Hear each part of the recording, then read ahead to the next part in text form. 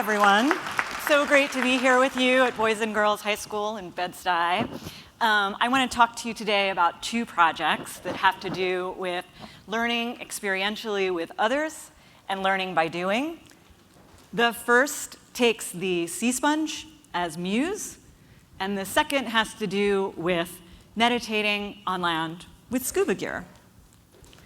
This sponge is a great exchanger. The sea sponge on the reef takes in food, filters it, and feeds the animals around it with smaller particles.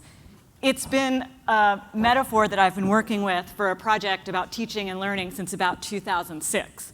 And the sponge project is really a workshop model that originated to scramble hierarchies between experts and learners and bend disciplines and have participants teach something that they're spongy about back to the rest of the group. So when I moved to Richmond, Virginia to teach at Virginia Commonwealth University, which has a special public school of the arts, I established the Sponge headquarters. And you're going to see pictures of all of this just scrolling behind me. The Sponge headquarters is situated on the third floor of what was the University Gallery. It had a functioning top bar beehive. It had a felt-making studio and a library. It was open to the public by student monitors. And the sea sponge itself was thought, until about a year ago when it was bumped out of its position by the comb jelly, to be a kind of originating model of collectivity. It's in fact, it's a collection of choanoflagellates that form choanocyte cells and make up this infinitely replicable animal. And so it gives us an originating model of collectivity. One of the curricula that came out of the Sponge headquarters, kind of reflecting on this sponge as muse, is Collab Lab Lab.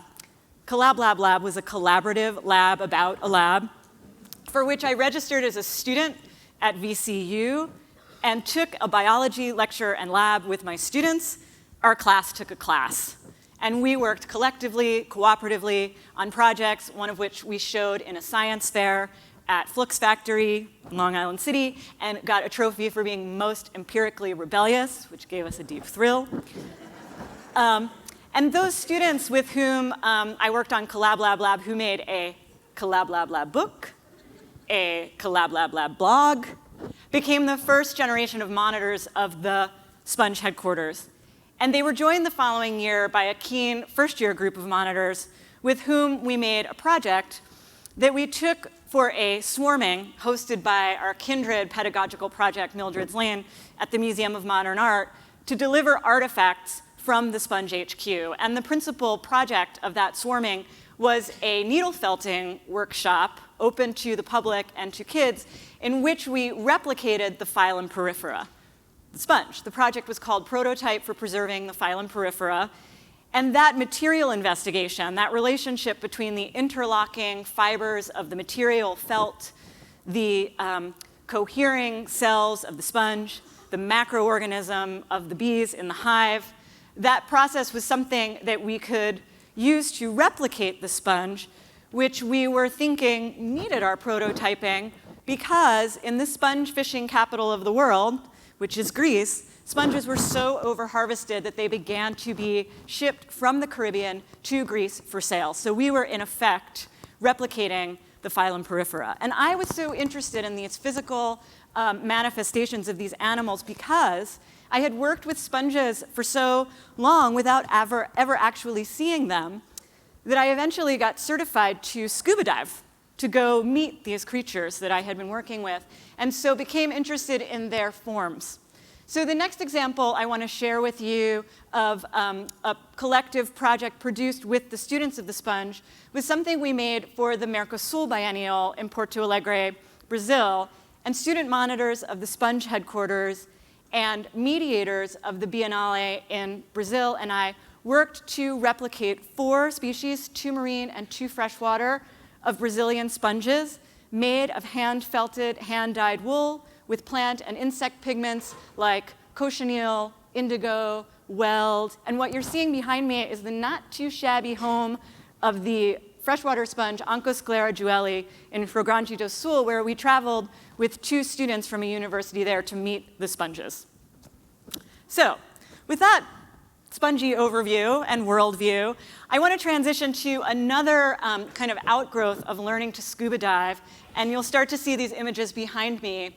That's the Breathing on Land project, which takes meditating with scuba gear as a starting point to consider our bodies and our environments experientially and on-site with other people. And we actually made one of these land dives on the 3rd floor of Boys and Girls High School yesterday. So some of you out there might be newly minted land divers, and I congratulate you. I'm interested in situating these land dives in sites that can be interpreted environmentally. So you saw behind me a land dive taking place in the desert in Qatar, which with the rise of the Arabian Gulf may one day be underwater. You're now seeing a land dive with 2 participants at in the wetlands of the James River, which was downstream from a Hopewell, Virginia insecticide plant and has been being remediated for the last 25 years so that the seafood there is once again safe to eat. This is an image of the land dive team being certified. And so this project has something in it for participants, for sure. There's an absurdity, of course. The piece has something in it about breathing and living in a hypermediated condition, and there's a ridiculousness to that. But the meditation with the gear is actually remarkably augmented. The gear is kind of too warm and heavy, and it puts you very much in mind of your body. And the sound of your breathing, you're so aware of every breath being given to you through this scuba regulator of compressed air. The breath is amplified, and you feel yourself breathing with the others in chorus, and it creates a kind of soundscape. It's a way of taking in the environment around you. But it also creates a kind of defamiliarizing image for viewers who may wonder what is going on with this site. Are they conjuring a future pond? Are they responding to an international group of cyclists who are dealing with physical and mental endurance and breath following breath of another kind, which is what's taking place in the slides behind you? And I feel especially excited to tell you about a new project that literally happened 2 weeks ago off the coast of New Brunswick in the Bay of Fundy in Canada, in which a group of scuba divers from New Brunswick and I sat at the shore of the Bay of Fundy, which has the highest tidal rise on the planet for very specific geological conditions. And we sat on the shore in meditation as the very cold tide flowed in and rose on our bodies until we were gone. And you'll see some images of that taking place behind me.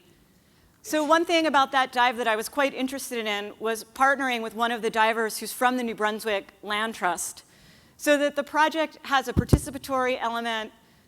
The project this will ultimately become a video, makes a representation of site, but also that there's a partnership with local or regional environmental organizations to activate awareness about the site, which in this case is being quite affected by the warming of waters and by the rising of waters. So the week that we did that land dive in the Bay of Fundy, which was the week of October 25th, there was the highest recorded king tide in the Bay of Maine.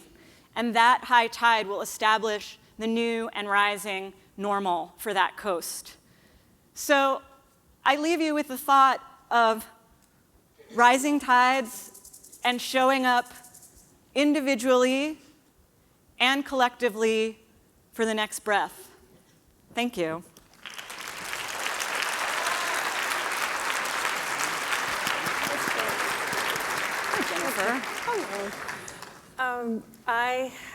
Well, your work reminds me of, there's self-awareness and there's the connectivity to the earth and to one another.